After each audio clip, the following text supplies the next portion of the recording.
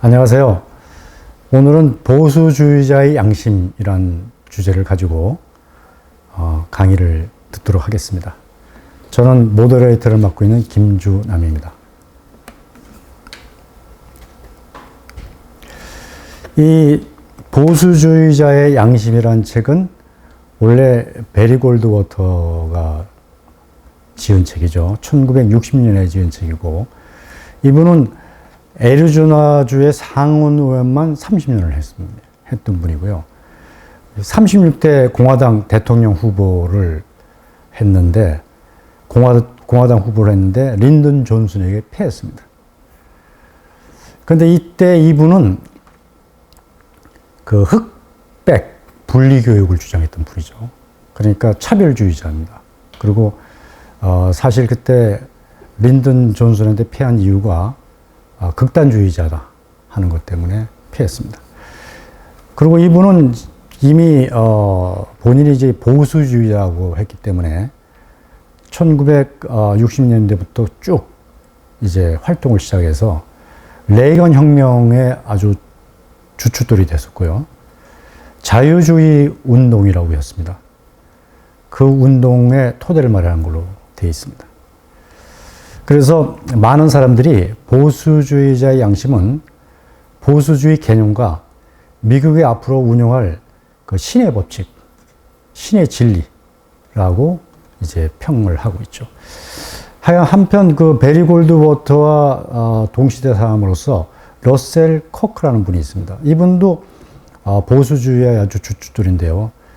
보수주의 정신이라는 책을 썼습니다. 그래서 이분은 미국 보수주의 부활의 사상적 기초를 마련했다, 이런 걸 평가되고 있습니다. 옴기니 겸 연사이신 그 박종선 소장님은 연세대학교 졸업하고 일본 게이오 대학에서 수학을 했습니다. 사회 문제에 많은 관심을 가지고 계시고요. 청와대, 경기도, 한국공항관에서 일을 하셨습니다. 그리고 주간조선 인문학 칼럼니스트로서 지금 이 책 시리즈를 연재하고 있습니다. 번역서로서는 어빙 제니스의 집단사고라는 책도 있습니다. 이 책의 목차는 10장까지 되어 있는데요. 제목에서 소위 말해서 보수주의의 그 세태를 쭉 열거하고 있습니다. 보수주의 양심부터 시작해서 소련의 위협, 그러니까 레이건 대통령이 소련을 붕괴시키는 데까지 이 책이 영향을 미쳤다고 볼 수가 있습니다. 저는 이제 선행학습을 좀 봐야 되는데요. 그럼 보수주의와 진보주의는 뭔가는 좀 한번 우리가 알아봐야 될 것 같습니다. 그래서 제가 좀 조사를 해보니까 보수주의는 컨서버티즘이라고 하고 진보주의는 프로그레시브즘이라고 합니다. 보수주의는 전통적인 가치를 지향한다, 안정적인 발전을 추구하는 정치인이다, 이렇게 되어 있습니다. 사전에 나온 겁니다. 진보주의는 산업화에 따른 경제적 불평등, 그리고 자유방임 자본주의나 특권주의로부터 사회적 변혁을 추구하자. 그러니까 이거는 약간 평등 개념이 들어있는 거죠.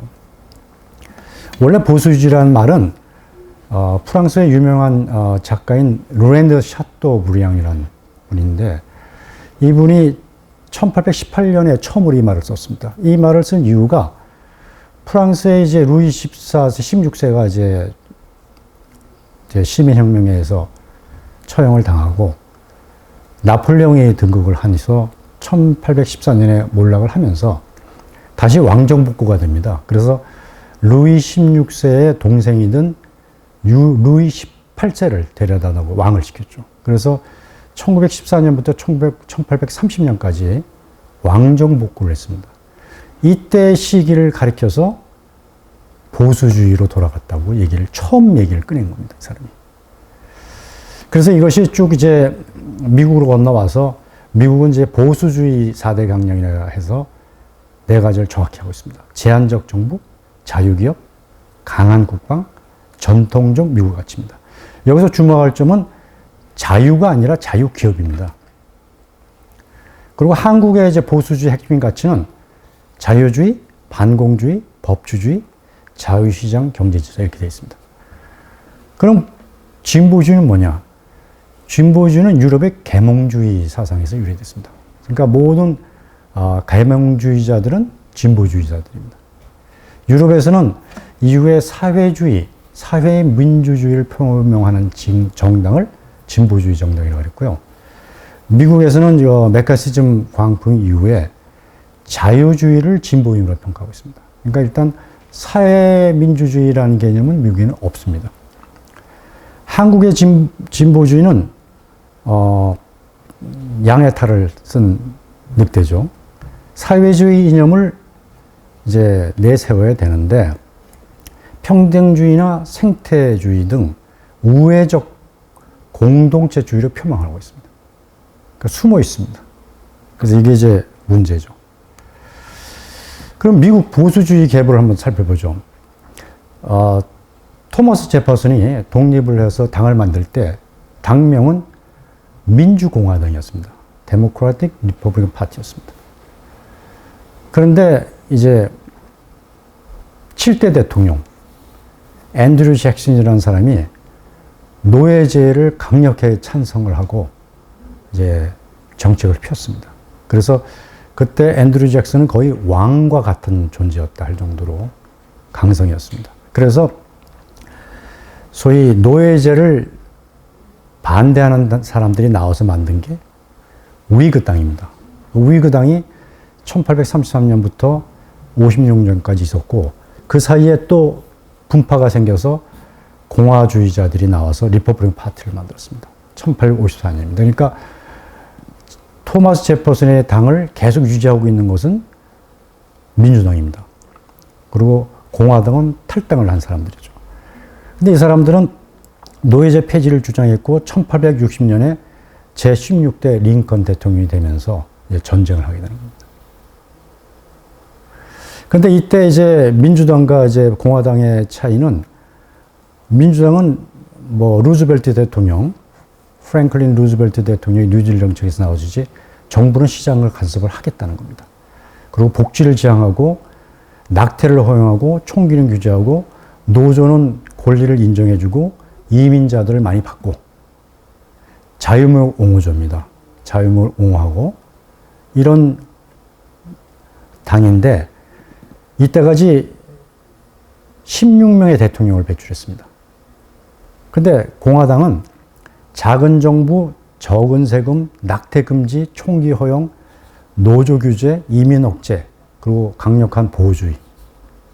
그래서 지금까지 20명의 대통령을 배출했습니다. 그러니까 공화당이 훨씬 셌습니다. 근데 이제 이 보수주의와 진보라는 개념은 좀 바뀌고 있는데요. $20 지폐가 이제 딱 보면 압니다. 작년까지는 $20 지폐에 누가 있었냐면 앤드류 잭슨이 있었습니다. 흑인 절대 반대하는 사람이죠. 그런데 이 사람이 트럼프 대통령의 우상입니다. 트럼프 대통령이 제일 존경하는 사람이에요. 근데 반면에 이번에 바이든 대통령이 되자마자 제일 먼저 바꾼 게 $20 지폐 얼굴입니다. 해리엇 터브만이라는 여자인데 영화 해리엇이라는 영화가 나왔습니다. 굉장히 재미있는 영화인데요. 남북전쟁 당시에 노예 폐지 운동을 목숨 걸고 해가지고요. 혼자서 700명의 노예를 구했고요. 그리고 나중에 링컨 대통령한테 발탁이 돼서 북군 스파이로 남부에 파견돼가지고 활동을 했습니다. 굉장한 여자죠. 그리고 이 여자를 이제 아이러니하게 민주당은 공화당에서 일했던 사람을 존경하고 공화주의자들은 지금 이 민주당의 창당자를 지금 지지하고 이러한 일이 벌어지고 있습니다. 작은 정부와 이제 보충성의 원칙이 이 책에도 나오는데요. 보충성의 원칙은 정확히 말씀드리면 미국 헌법 제14 수정안에 나오는 얘기인데요. 국가 권한과 시민의 자유 선택권을 명확히 한 얘기입니다. 그래서 그 정부에다가 반영을 하면 연방 정부는 헌법에서 위임받은 권한만 가지고 있다. 그러니까 외교, 국방, 통합니다. 그리고 주정부는 영반 정부가 갖고 있는 권한, 이 굉장히 세죠. 이것과 헌법에서 금지한 권한 이외의 모든 권한을 가지고 있습니다. 이것을 정부에서는 보충성의 원칙이라고 그러고요. 일반적으로 유럽에서는 프랑스 시민혁명의 영향을 받아서 탈중앙화, 시민권 확대, 이것을 반영한 권리장전, 이것이 모든 헌법에 들어가 있습니다. 유럽에는. 그래서 이것이 이제 유럽의 기업에도 들어가 있죠. 부르주아의 강령에도 행동의 우선권은 언제나 소단 위에 있는 것이다. 그래서 유럽의 기업들과 미국 기업들의 차이가, 유럽 기업은 굉장히 저변에서 시작을 하고 미국은 탑다운 방식입니다. 그래서 이런 차이를 가지고 보수주의자의 양심을 한번 강의를 들으면 좀 더 선명하지 않을까 싶습니다.